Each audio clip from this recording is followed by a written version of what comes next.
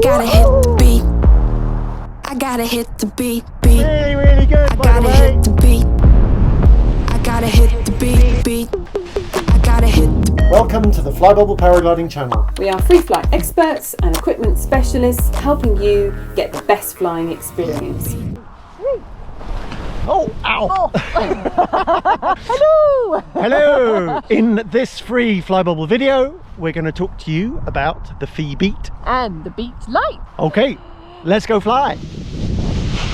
We've done a full SIV Acro course on them, and we've flown them on the local South Downs. So we've actually had quite extensive flying on the Beats. Let's start, from the ground up. Ground up. From the yes. ground up. Yeah. Okay, so on the launch, the BEAT, which is the BEAT is the mid-B in Phi's range.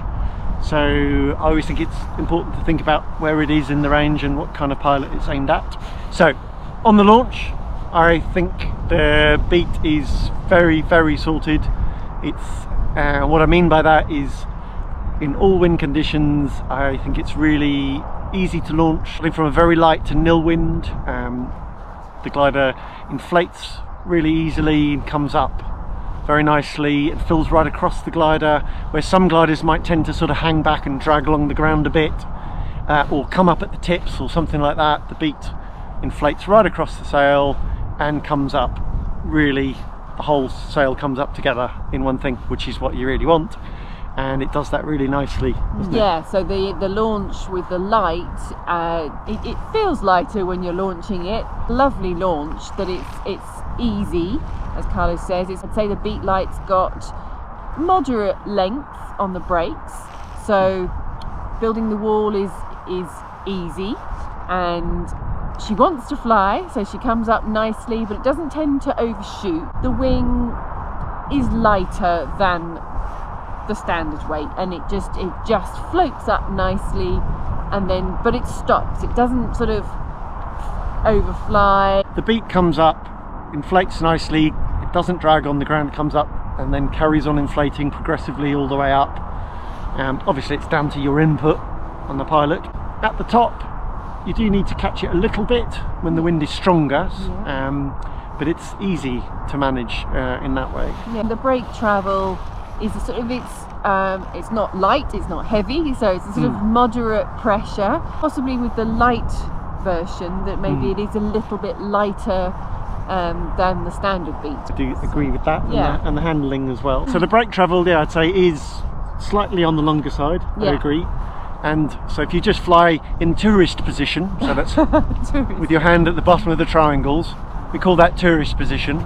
You fly like that, then you'll find the brakes seem like they're quite long, which I think that's the case for quite a lot of gliders. Yeah. The BEAT, I feel, has got a more calm nature to it, and it turns more flatly. Yes. Still Yeah. got a very nice turn.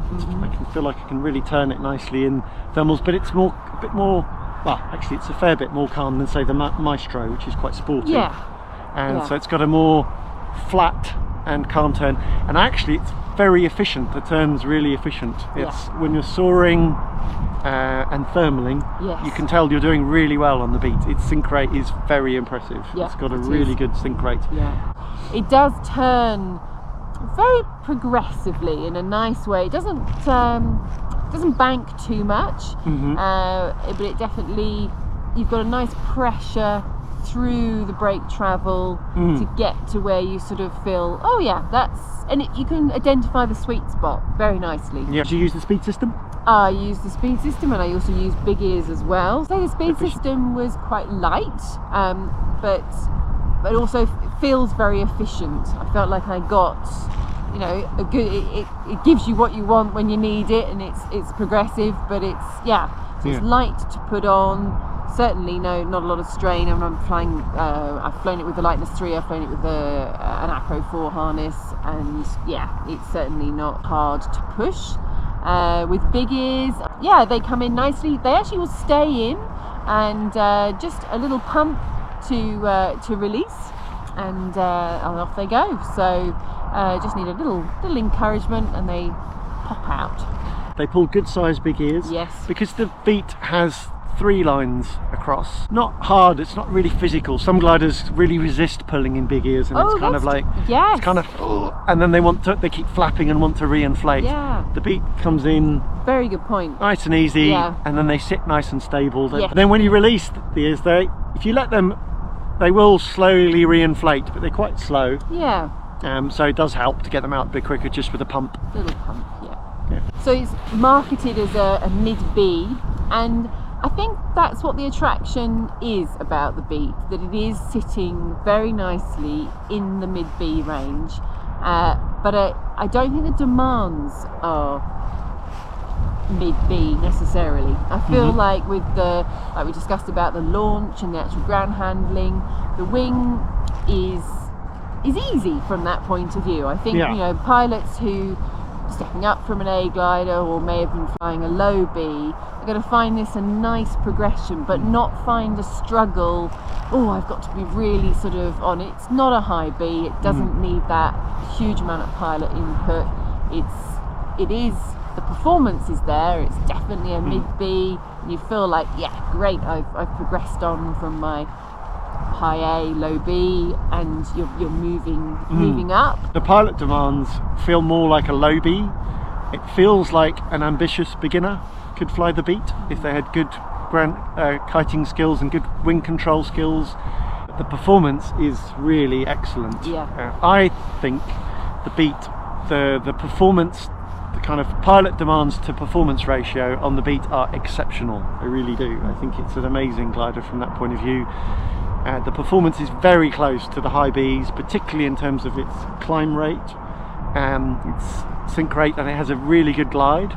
The only thing that it misses out on some of the higher performing, the best performing high Bs is top speed, soaring and thermaling, stuff like that. The Beat is fantastic. I mean, to be honest, when I first flew the Beat, it really surprised me, because there was kind of, oh wow, so this is the mid B. But it's so easy to launch and fly, and it's so comfortable to fly, and had some of my best ever flights in this area on the Beat and the Beat Light, just because on days that were quite strong, and but it's just so comfortable to fly, and the performance is so good. I was able to climb out and get up where lots of pilots didn't get up, punch out into wind, into a reasonable headwind, and glide right upwind and do a nice kind of triangle in an area. One of the best flights I've had, which is amazing. And it was such a fun, I enjoyed flying the glider so much. I wasn't flying thinking, oh, this glider's a bit boring.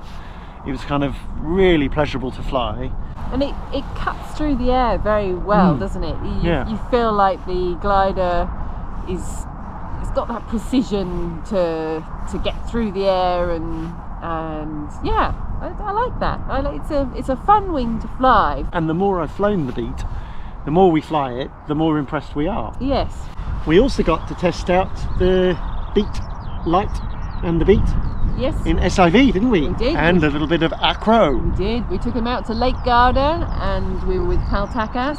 Because we got a whole choice of gliders to us, and the reason we chose to take the Beat and Beat Light is, one, as we've been explaining, they're just such comfortable, friendly gliders, but they perform really well, and they've got good energy and handling, and we really wanted gliders that were comfortable but had energy and performance, so that we could progress nicely, couldn't we? Yeah.